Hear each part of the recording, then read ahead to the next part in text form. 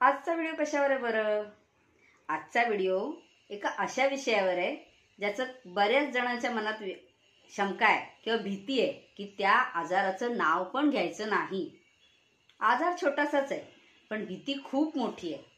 अशाच एका विषयावर आज आपण बोलतोय. आजचा विषय आहे नागिण. आलं ना टेन्शन? नागिण या विषयावर आज आपण बोलणार आहोत.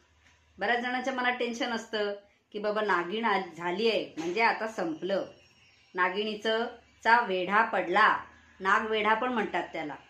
नागिणीने सर्कल पूर्ण केलं की माणसाचं आयुष्य संपतं.